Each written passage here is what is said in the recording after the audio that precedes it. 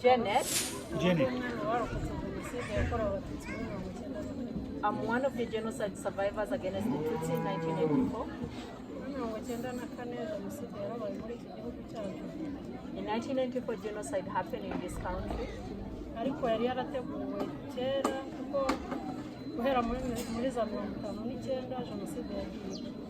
But it was very well pre-planned. Even before in 1959 there was another small genocide.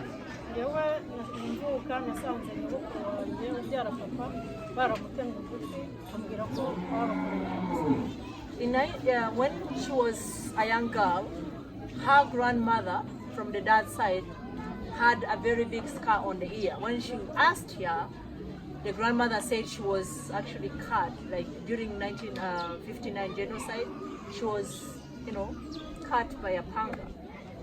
In 1994, 1994 on 8th, that's when they killed my parents. It wasn't easy for me because I didn't even think I would survive myself. I kept hiding. So I went to the father's missionary compound.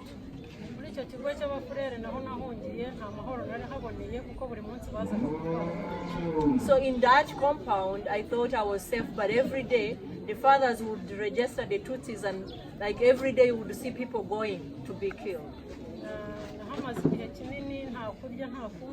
I was there, no food, no water.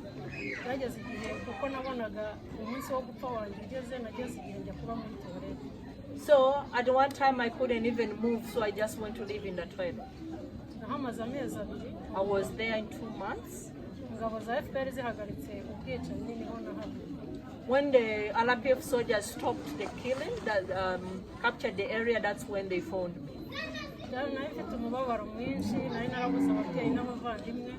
I was not myself. I didn't know what I was at that time. I had lost all my family members.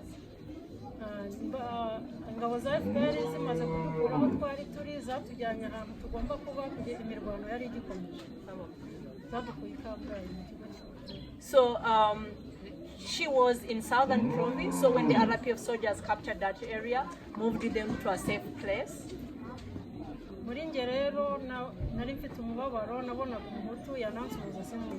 In myself, I did not even want to speak to anything called a Hutu.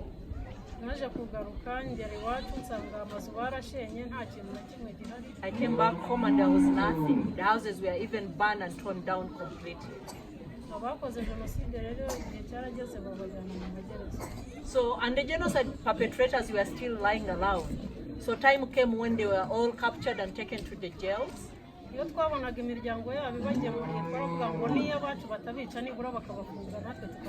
So every time their family members would take them food, like during the visitation day, deep inside her heart she would say, I wish mine did not have to die, so I would at least go to the jail and give them food.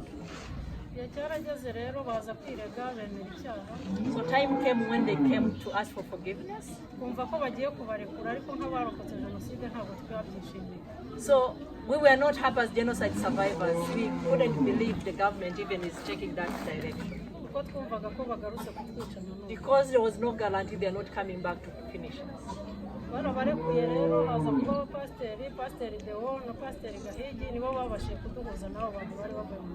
So the same pastors, Deo and Gahija, the same pastors that put us together and brought those people to us. The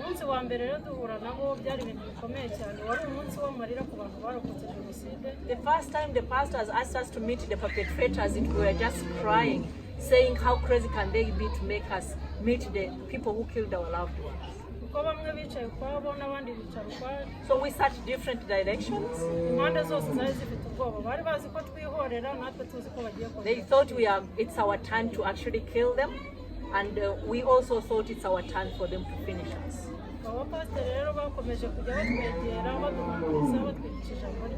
That pastors, we are very sure that what they are doing is the right thing to do. So they kept, telling us and preaching us the word of God.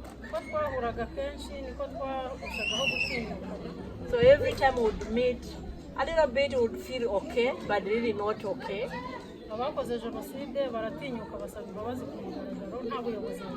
So the perpetrators took it upon themselves to really come without no government officials. They came to us and asked us to forgive them.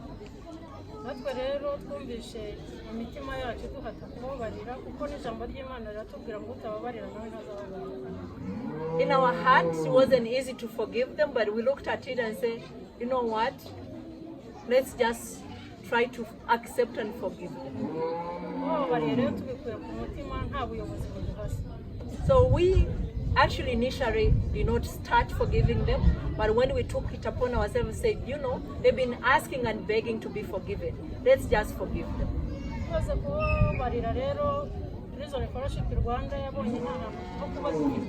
So once we took the step of forgiving them, the Prison Fellowship Rwanda saw that we didn't even, you can forgive, but you don't, first of all, you don't even have where to live, where to stay.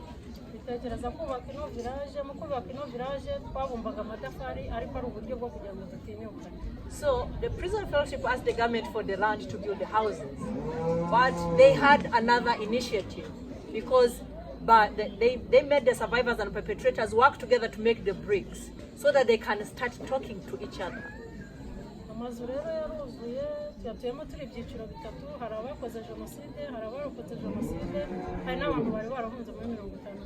So we built these houses together and they gave us the roofing. The houses were completed. So that's when it was decided for this one for a perpetrator, for a survivor, and for a person who returned after the war.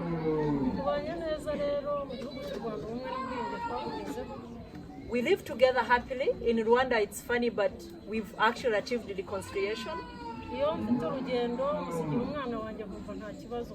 When I have to go to the city, I now feel comfortable to leave my kid with a perpetrator with no hidden agenda or with no bad feeling in my heart that something will happen to my kid. So once I forgave them, I also started to believe in myself and started looking forward to live. I thank the government of Rwanda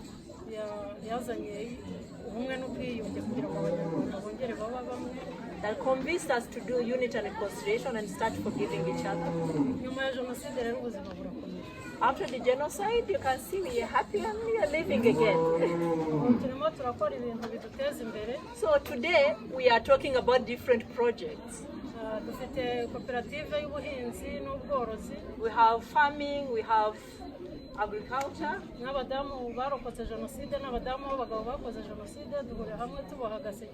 Genocide survivors' wives and perpetrators' wives meet together to weave a peace basket. We meet in all those activities without singling out you a Hutu, you a Tutsi. We should not be together. We all look at ourselves as Rwandans.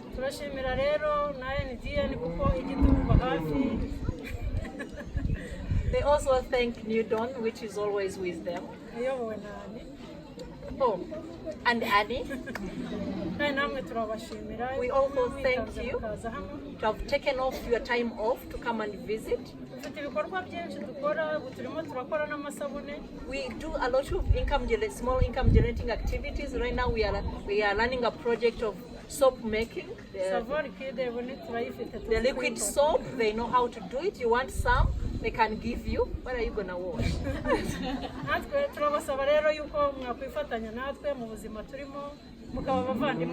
So we welcome you in our village. Normally in Rwanda, when you have a visitor, you welcome them in your house, so they become your family.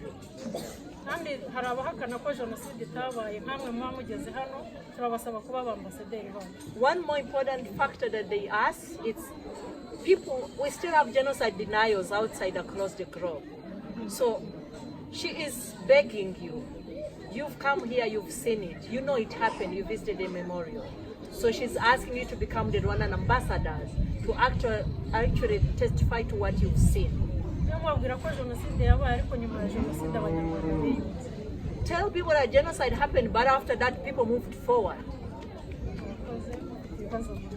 Thank you very much. She's ready for the questions. So I grew up knowing I was a Hutu until genocide started. So in 1990, that's when I now understood why Tutsis and Hutus are different. That's when the Rwanda Patriotic Front, which was outside Rwanda, decided to come home. So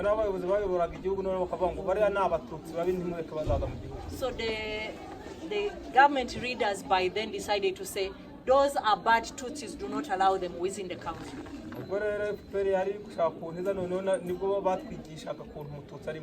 So when the RPF was coming back and attacking the country, that's when we are now being taught strictly how a Tutsi is bad.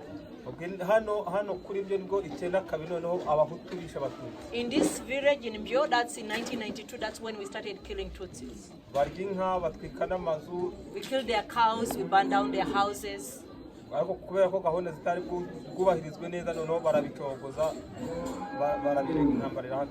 things were not well planned, so we were told after some time to just kind of let it go. Then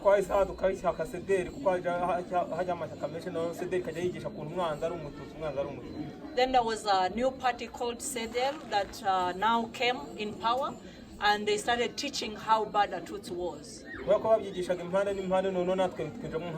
And this was preached across the country. And as young ones, we grew up learning that.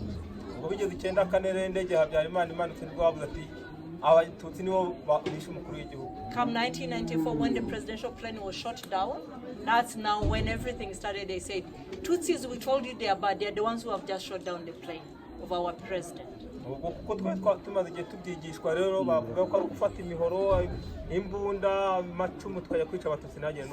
because it was a long raid plan, we are being told Tutsis are bad. Now we are told pick up your, spears, hoes, pangas, and we start killing Tutsis.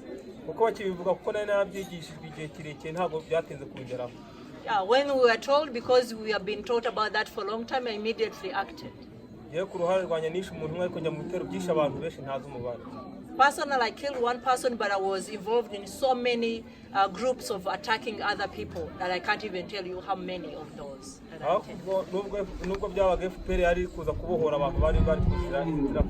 But during that time, as we were killing, the RPF, which was the Rwanda Patriotic Party, which was fighting, it was also on the way liberating and actually saving people.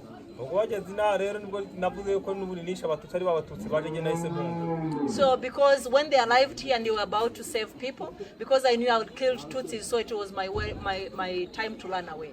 So I ran away to Burundi, and I still did not feel safe, so I immediately ran to Tanzania.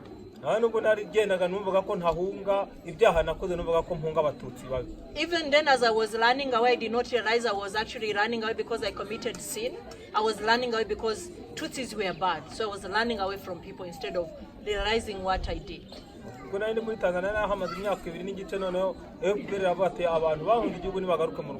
was in Tanzania for 2.5 years, and the ruling party said, we don't see why refugees are in Tanzania, they are free to come back home. But as I was coming, I just hated anything called a Tutsi, so I didn't even want to see them. Because I was told they were bad and I believed they were bad, I didn't even want to come back.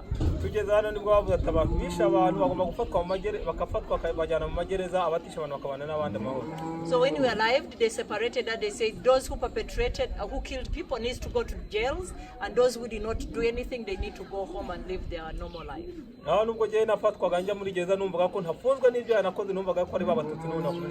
Even as I was being sent to jail, I did not realize I'm being sent to jail because I killed people.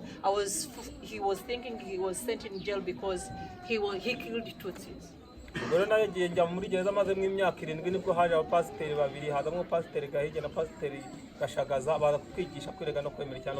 So I was in jail for 7 years. That's when the two pastors, Gahiji and Gashagaza, came to the village and started preaching the word of God of forgiveness.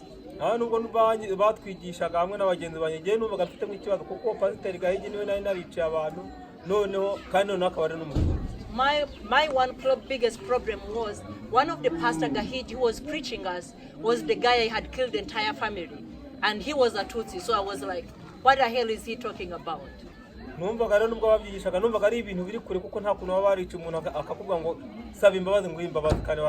Just thought it was a propaganda to get them out so they can kill them again. More especially Pastor Gahiji, whom he had killed his family. He could not believe he's preaching him to let him be released, but he thought he's preaching him so he can get out and get revenge.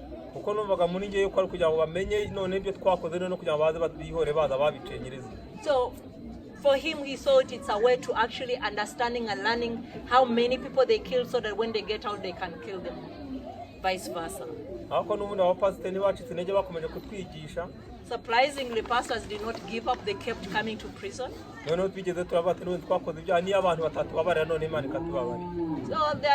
one time he agreed and said, you know what, even if the pastors don't forgive me, they're human beings, but I want God to forgive me.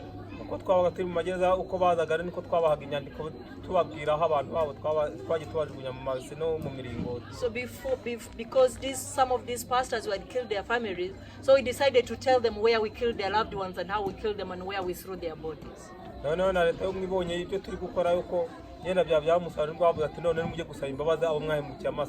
when the government of Rwanda realized that actually what they are saying and writing is true, after finding the dead bodies, they said, okay, so if anybody asks for forgiveness and show people where their loved ones are and how they were killed, their death sentence will be reduced. But in him, he didn't really wish to come back to this village because that's where he committed all the atrocities. He would have loved to go back to Tanzania in the forest so that he does not come back. So surprisingly, when we came back here, the pastors were here to receive us. So they had planned for them to meet the survivors. So on the first day it didn't happen.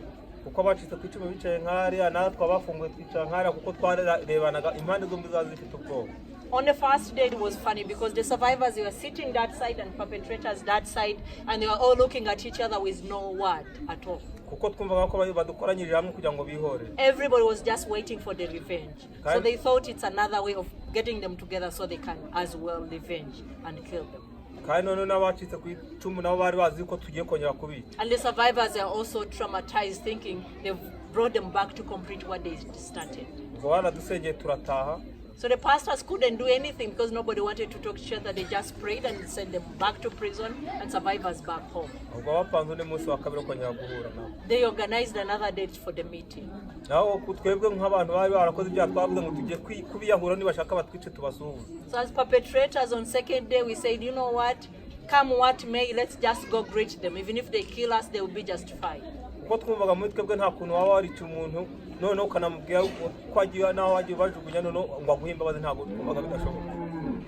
In his thought, he did not even believe at once that after showing these people how he killed their loved ones, show them how he buried them, he thought it's inhuman even to just think of forgiveness. So he just did it for the sake of doing it, but he was not sure he was going to be forgiven. But somehow survivors saw the sincerity of how they are actually talking to them, and they decided to forgive them, which was not expected. Now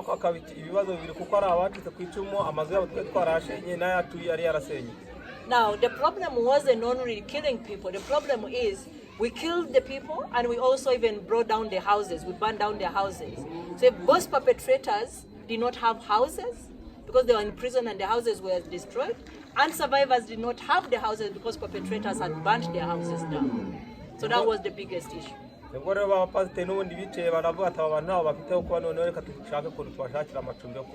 the pastor saw an opportunity and said, you know what, since these people don't have anywhere to live, let's come up with a project and build them houses so they can live together, so that they'll be forgiving each other. So they asked the government of Rwanda for the free land to build the houses. This is for the survivor, this is for the perpetrator, that is for returnee. We've been staying here for 14 years and nothing so far, no incident has happened.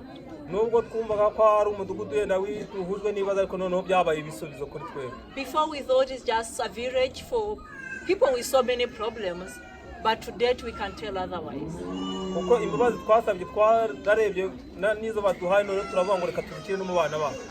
So we did not only be forgiven, but we also looked at it and said, you know what, This is something we can even teach to our kids. Look at these kids who are dancing for you. These are our kids. Perpetrators' kids, survivors' kids, and returnees' kids. They are all dancing together. They are not looking at themselves as Hutus, Tutsis, or Twa. They are all kids and dancing together as it should have been.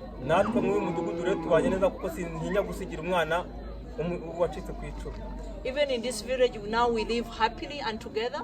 I'm not even scared to leave my kid for a survivor because I know in my heart that she will do nothing to my kid. We've even gone back to intermarry. I will not advise my daughter to go far away when there is a neighbor's son who is ready to marry her. That is only one thing we thank God and thank people who forgive us. We've also gone further steps. We've killed their cows, but surprisingly they are giving us cows. The cow he owns was given to him by a survivor. And it's not only alone, it's like that.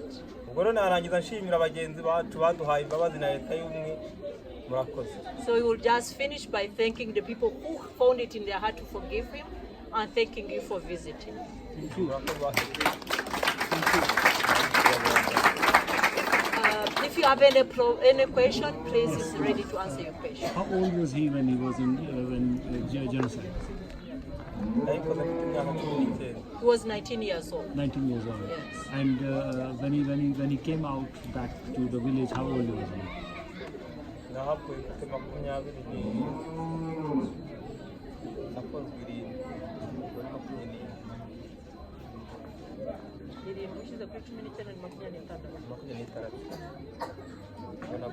So he was in prison for 7 years, so he came out when he was 26. Yeah, and when he was in the genocide, what was his religion that time? Sorry? What was his religion that time? He was a Protestant. Protestant. Yes.